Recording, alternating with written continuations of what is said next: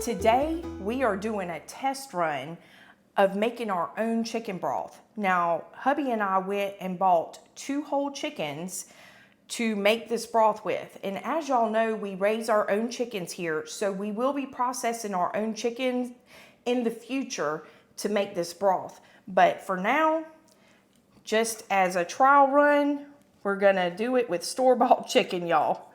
So the first thing I'm gonna do is cut the pieces from the chicken itself because I want to submerge the chicken in water.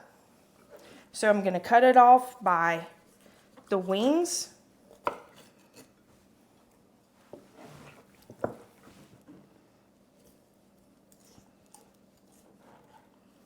the legs.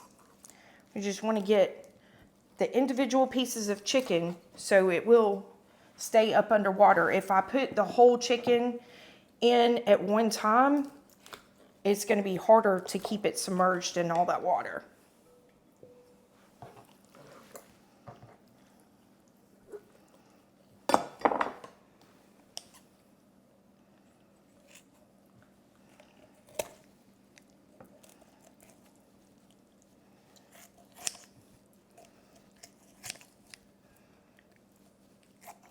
So you definitely want a good pair of kitchen shears or a good cutting knife for this process.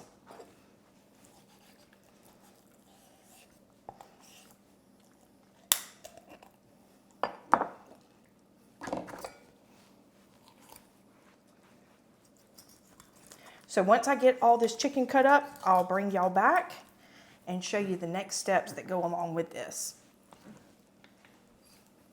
Okay, so got all the chicken cut up, and y'all, I did rinse the chicken off before I started this process. But I want to do 2 separate crock pot fulls. Number one, the chicken's big, so I needed 2. But I also want to do them both separately to see what we like better. So I'm just going to divide some carrot chunks in between these 2 crock pots. And depending, I may actually add some more carrot into this later. So we'll just see how it goes and test it along the way and see what needs to be added to it as we go. All right, so we got some carrot chunks in there. I'm gonna put some garlic, and this is garlic, y'all, that we grew here. So I'm going to add some to each. I love the flavor that garlic gives to broths and things like this. We're going to use whole onion, the skin and all. And the reason why we're adding the skin in here as well is because the talon from the onion skin is what's going to help give us a really dark coloring in our chicken broth. The next thing I'm going to do are bay leaves. I'm going to add 2 bay leaves to each crock pot. And I'm sure y'all are probably wondering, well, I thought you were going to do something different. You're adding the same stuff in both crock pots. Well, this is what we're going to do different right here, y'all. I have Better Than Bouillon. It's a chicken bouillon seasoning. I'm going to take a teaspoon of this, and we're going to add a teaspoon into 1 crock pot and just see the difference if this helps give it a better flavoring and which one we like better. All right. And then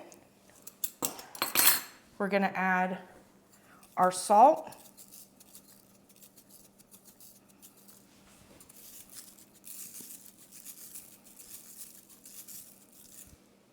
And we're going to add pepper.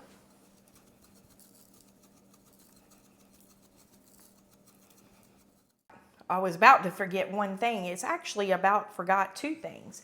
On the onions, y'all, I've already started. I want to cut the end off where the root of the onion is because that'll hold dirt and things in it. So we want to get those off of there.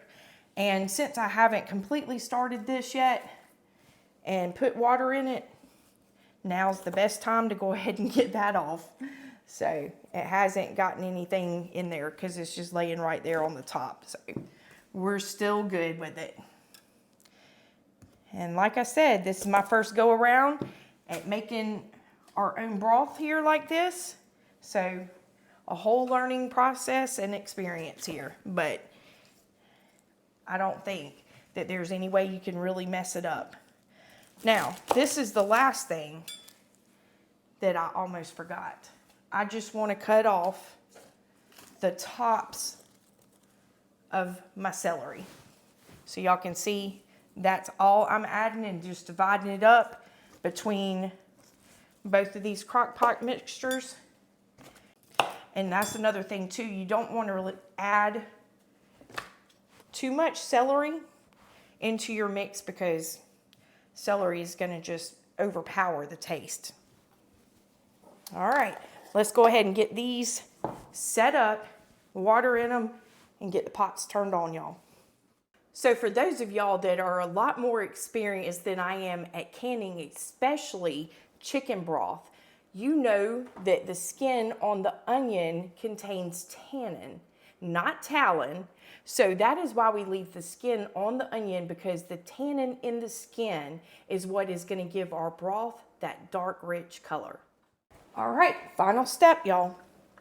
We're just going to cover it all with water.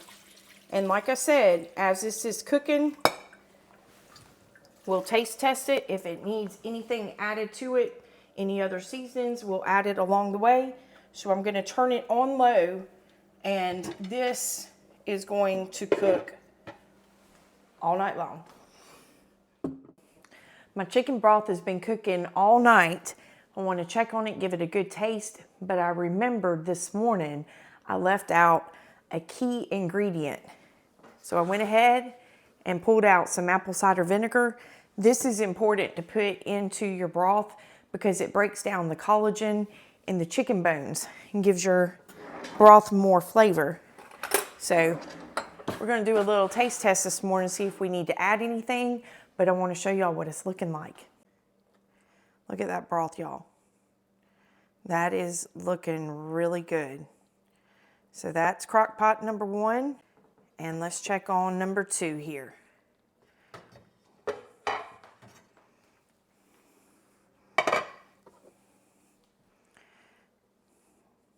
Oh, wow. Look at that, y'all. That is looking so good. And it has the best aroma in the house. Hubby said it woke him up at 3 o'clock this morning, smelling good in here. So I do want to give them a good taste. See how they're coming along. See if we need to add anything else to them. Oh, it's hot.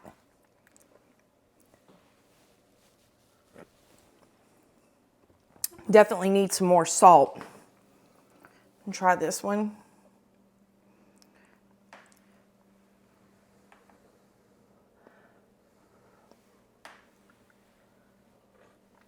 We're going to go ahead and add some more salt into both of these and get about 2 tablespoons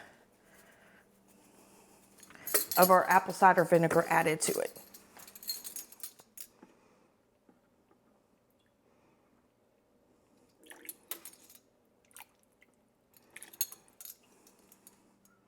I'm really excited once we start processing our own chickens here, because then I will really know what all is going in it.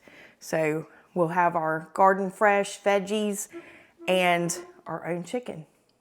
So we're back at it here in the kitchen, and y'all, this is looking so good. It has the entire house just smelling delicious. So I'm gonna go ahead and start getting my chicken pulled out and some of the vegetables. And that chicken is already just falling off the bone.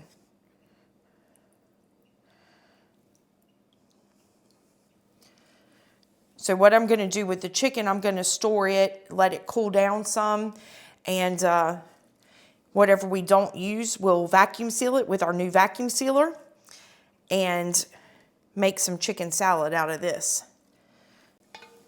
All right, I think we'll try to strain the rest of that through.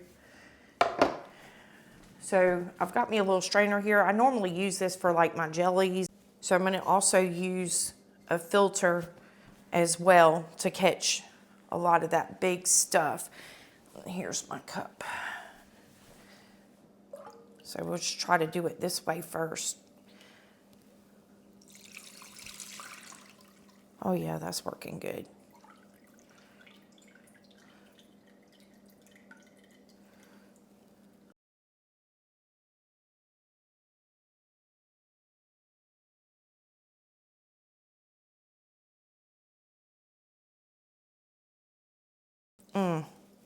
That's gonna make some good broth there. And I need this. That is one of the leg bones, and I'm gonna show y'all what we're gonna do with that after we get all this strained out. That's an important part of this whole process too. Let's see. Probably gonna make a mess right here.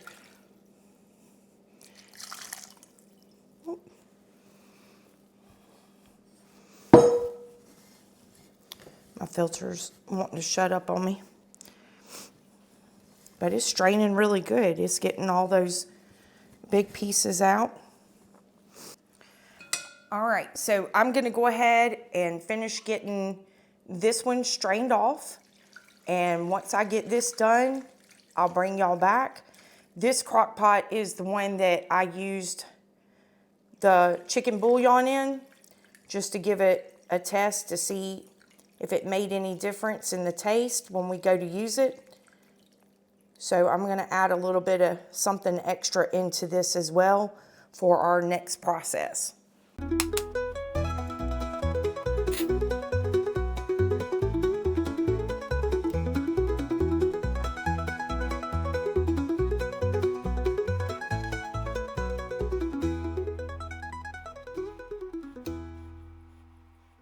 So I am ready for my next step. Y'all see I have deboned the chicken. So I got a big old plate sitting right here. We'll set that aside, let it cool off, and utilize that later. So I am breaking up all these chicken bones and putting them back in my crock pot. And the reason being is this is going to allow all the collagen in the chicken bones to release into my sink straining, y'all. Hold on. This is going to allow all the collagen in the bones to release into the broth. So I'm gonna take my strained off chicken broth. Y'all look at how dark that is. I am so excited about this.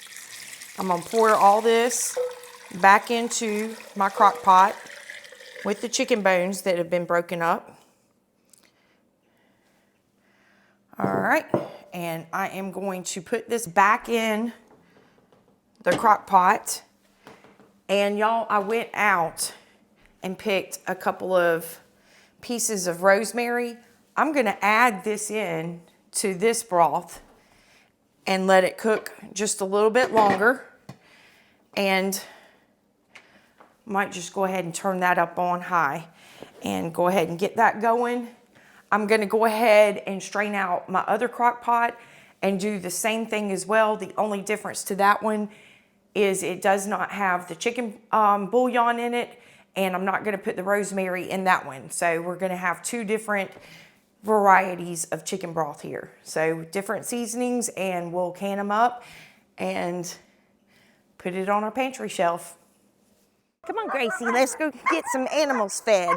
In last Tuesday's video, we asked y'all to comment and let us know what you thought Gracie weighed. And y'all, we have a winner. Gracie, at the time of that video, weighed 30 pounds. Congratulations to Barb Smith. She was the closest at 25 pounds.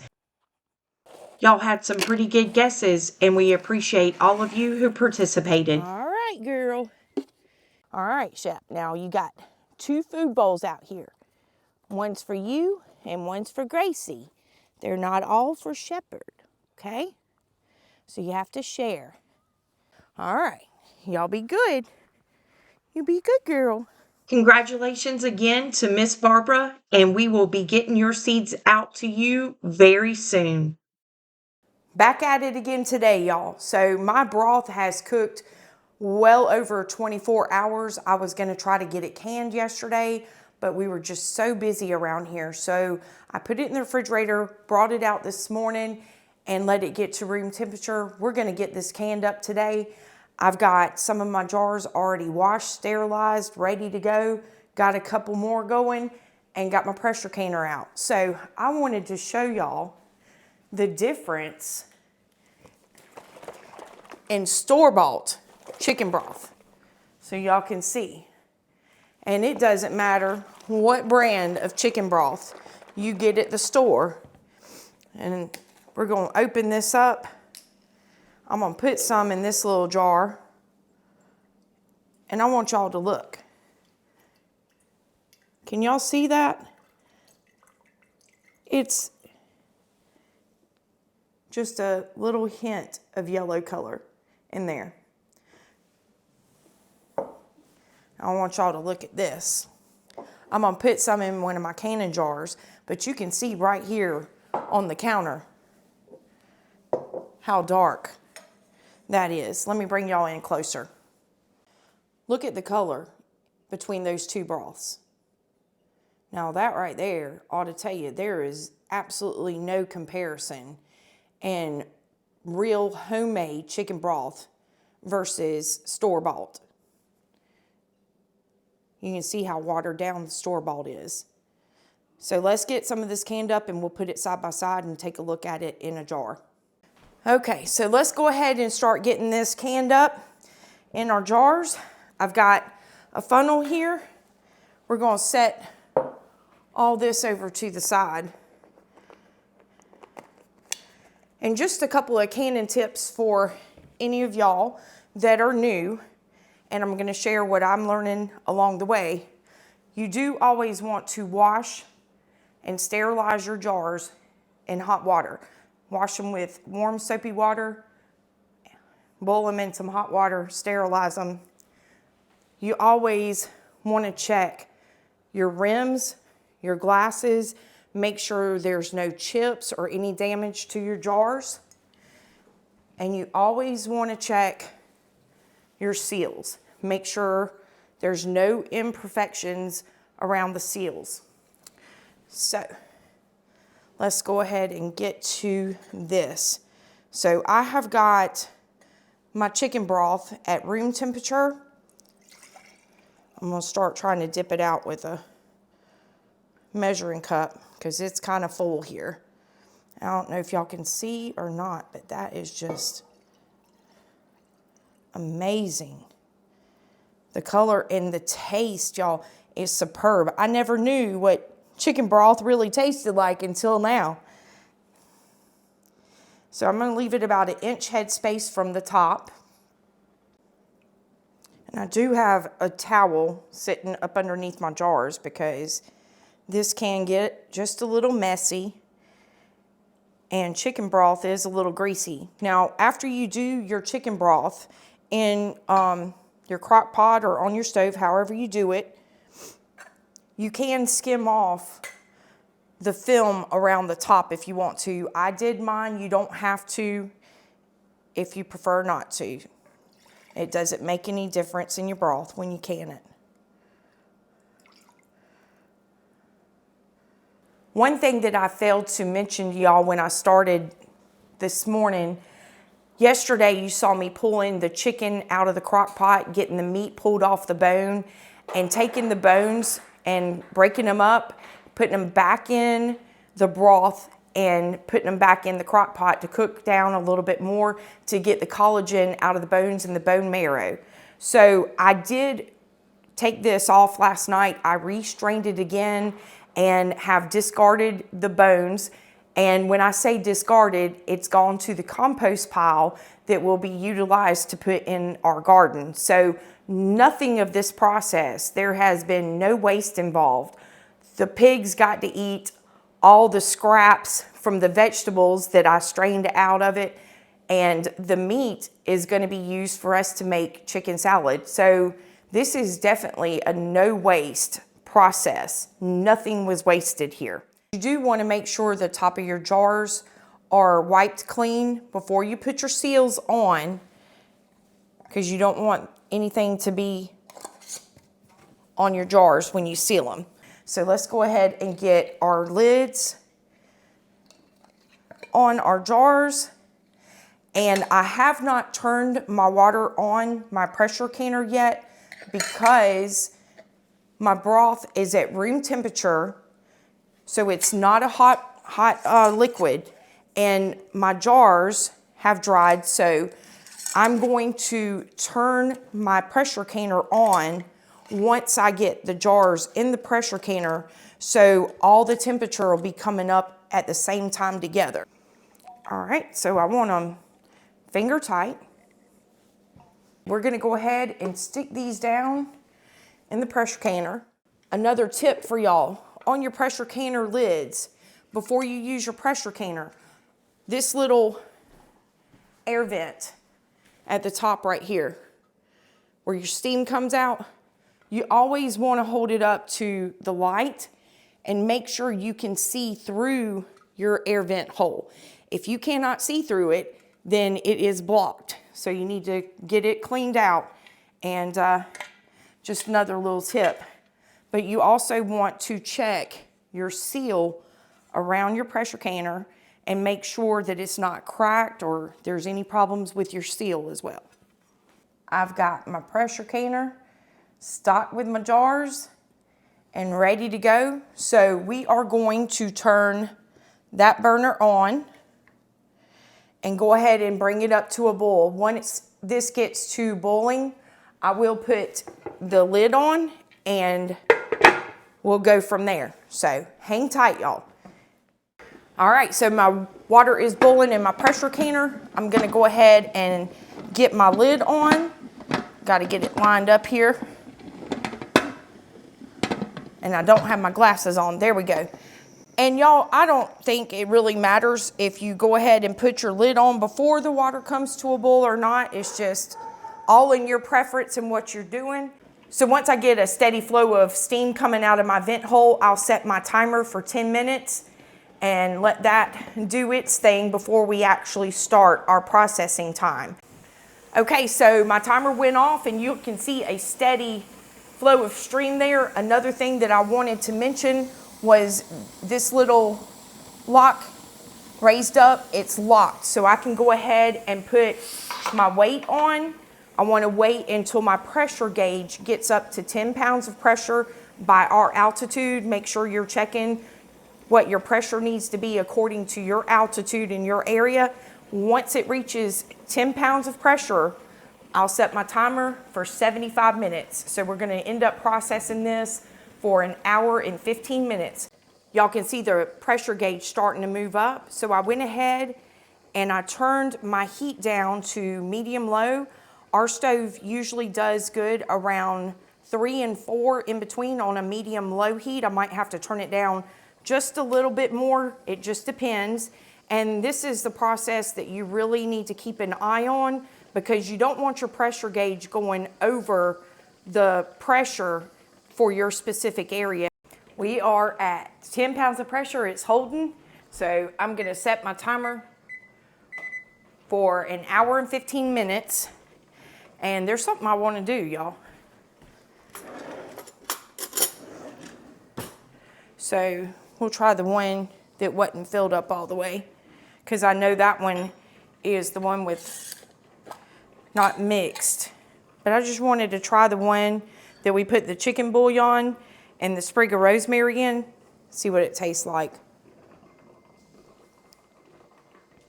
Oh wow, that is definitely good. I can taste a little bit of difference in that. I did taste the other one, it was good too. But that just gives it a little bit of extra flavoring. So I'm gonna go ahead,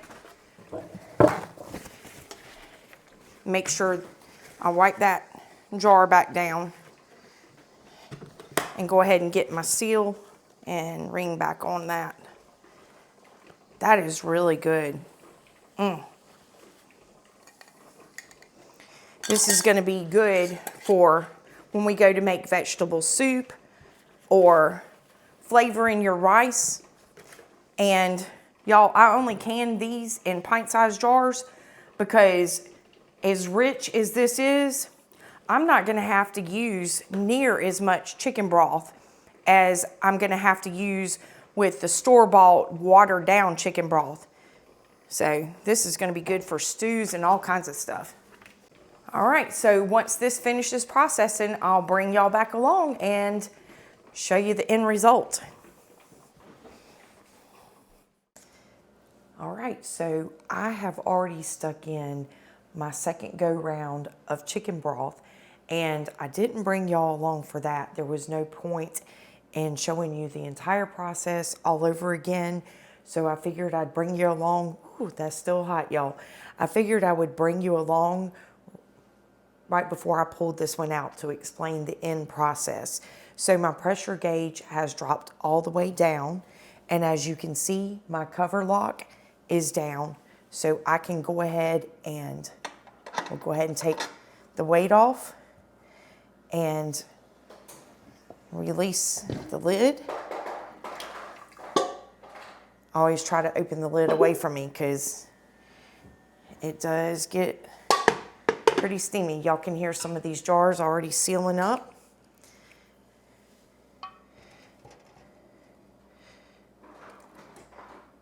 And this is always the fun part right here, pulling it out and seeing the end result. And I'm gonna tell you something, this is some rich looking broth.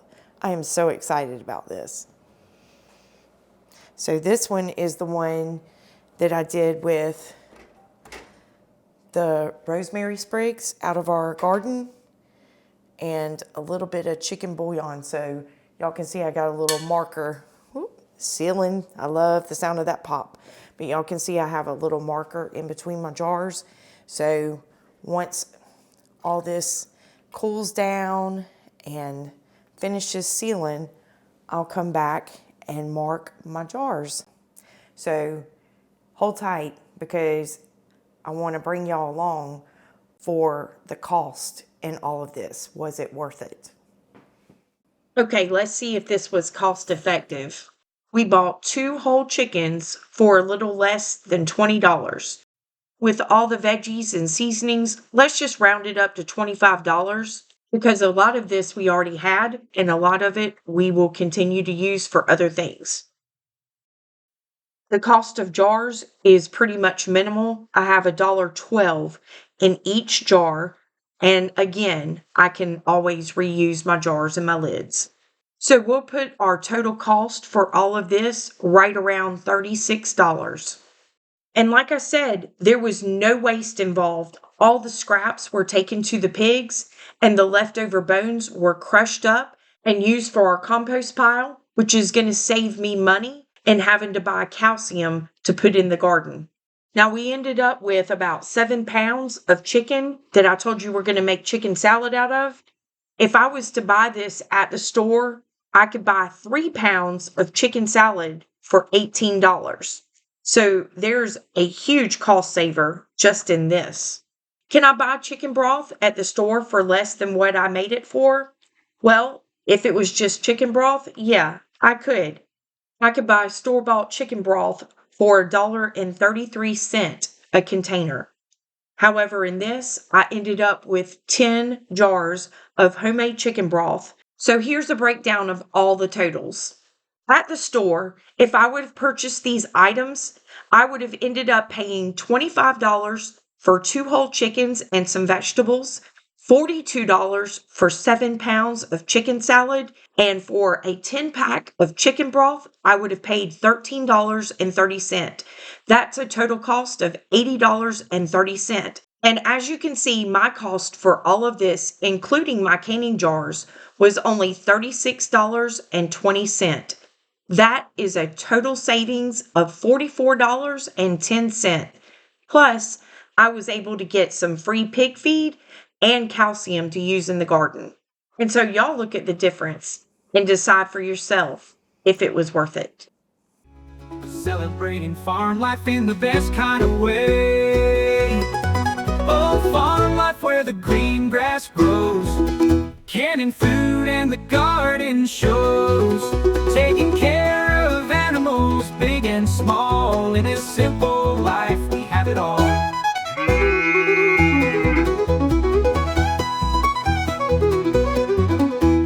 Y'all come back and see us soon.